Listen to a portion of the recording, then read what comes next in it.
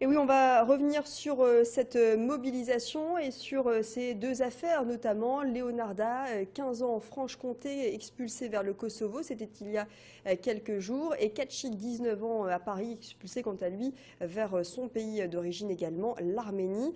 Leur interpellation dans le cadre de l'école a choqué, et après ces événements, lycéens et étudiants revendiquent le droit à l'éducation avant la régularisation. Pour en parler davantage, nous recevons ici même sur ce plateau Léo Voisin. Vous êtes le vice-président de l'UNEF Lille. Bonjour. Bonjour et bienvenue.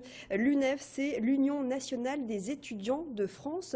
Vous vous mobilisez donc avec les lycéens. Pourquoi exactement? D'abord parce que c'est un mouvement qui a été très spontané des lycéens, d'indignation par rapport à ce qui avait été fait à l'expulsion de deux camarades de classe, parce que pour nous c'est quand même des camarades de classe, des camarades d'amphi, des camarades de TD, on les connaît, on les voit au quotidien, et donc on a appelé à se mobiliser aux côtés des lycéens pour que cette politique d'immigration et cette politique d'accueil des étudiants étrangers, elle change et qu'on puisse accueillir tous ces étudiants-là de façon convenable et humaine. Enfin, quand même, aller dans une sortie scolaire pour expulser une lycéenne, enfin, c'est délirant. Enfin, on est la France, donc c'est pas quelque chose qui se fait dans notre République. Alors justement, la France, c'est le pays des libertés. Certes, c'est également un pays dans lequel il faut être en règle, d'autant plus que, on va préciser que le Kosovo et l'Arménie, ce ne sont pas des pays en guerre. Alors le droit d'asile a été refusé à ces personnes-là.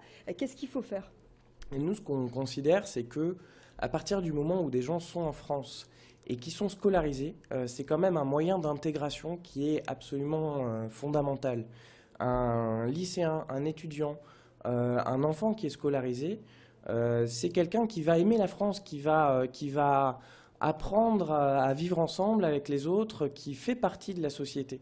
Et à partir de ce moment-là, on ne peut pas expulser ces gens-là, parce que c'est des gens qui font partie de notre République, de fait. Donc vous êtes pour une régularisation de ces étudiants, à Exactement. partir du moment où ils sont scolarisés. Exactement. Il faut quand même savoir qu'un étudiant, un étudiant étranger, il y a des règles très précises sur comment il doit régulariser son titre de séjour, etc. C'est des règles qui sont très contraignantes. Un étudiant étranger, quand il arrive en France, il a un visa pour études. L'année d'après, il doit renouveler son titre de séjour, il doit justifier de son cursus auprès de la préfecture qui va contrôler son cursus universitaire, qui va contrôler ses ressources, qui va éventuellement considérer que ses ressources sont insuffisantes, que son cursus universitaire est peut-être pas pertinent. C'est quelque chose d'extrêmement violent pour ces gens-là. En septembre, en plus, il y a des files d'attente qui sont colossales à la préfecture, et c'est des conditions de vie qui à la fois empêchent les gens de faire des études de façon convenable et à la fois les mettent dans des situations sociales d'une précarité noire, et ce qui n'est pas acceptable vraiment en France aujourd'hui. Léo Voisin, vous êtes étudiant à l'IEP, c'est Oui. l'Institut d'études politiques, donc à Lille.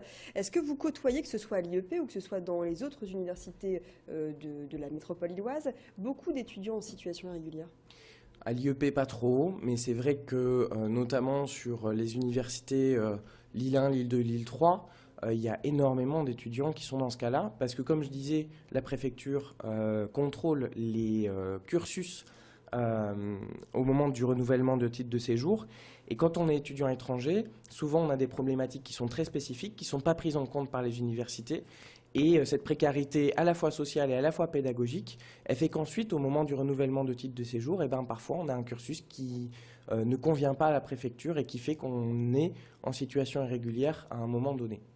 Alors les étudiants et les lycéens, donc les étudiants rejoints par les lycéens, si j'ai bien compris, vont très certainement manifester. Ce sera peut-être lundi, ça va dépendre de quoi? Ça va dépendre des réponses du gouvernement aux interpellations qu'on a lancées dans ces manifestations. Les interpellations, c'est déjà sur les cas précis qui ont été avancés, Kachik, Leonarda, sur le retour de ces étudiants en France.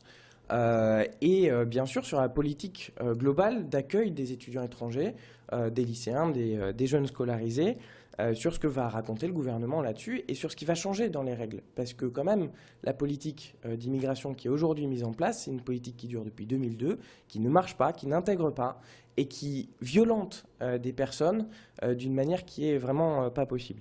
La semaine prochaine, l'UNEF, on organise, c'est déjà prévu, mais du coup ça va prendre beaucoup plus de sens, un festival étudiant contre le racisme.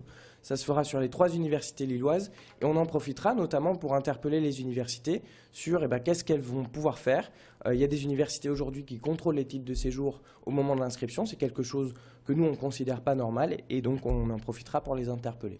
Très bien, donc rendez-vous du 21 au 25 octobre, ce sera la semaine prochaine, donc à Lille 1, Lille 2, Lille 3 pour ce festival étudiant contre le racisme. Merci beaucoup Léo Voisin de nous avoir rejoints sur ce plateau pour nous éclairer sur le mouvement de l'UNEF et donc les appels peut-être la semaine prochaine de votre union, appel à manifester dans les rues de Lille et d'ailleurs. Merci beaucoup.